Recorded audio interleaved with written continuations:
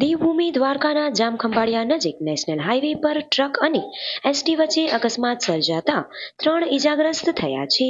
દાતા ગામ નજીક બ્રેકડાઉન થયેલી એસટી બસ પાછળ ટ્રકે ઠોકર મારી હતી.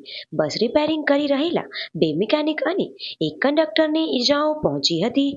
ત્રણેય ઇજાગ્રસ્તોને સારવાર માટે હોસ્પિટલ ખસેડવામાં આવ્યા છે. સદનસીબે બસમાં મુસાફરો ન હોવાથી મોટી દુર્ઘટના ટળી છે.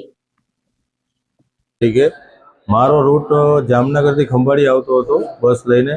ત્યારે દાતાની ગોલાઈ પાસે અમારી ગાડી બ્રેકડાઉન થઈ હતી.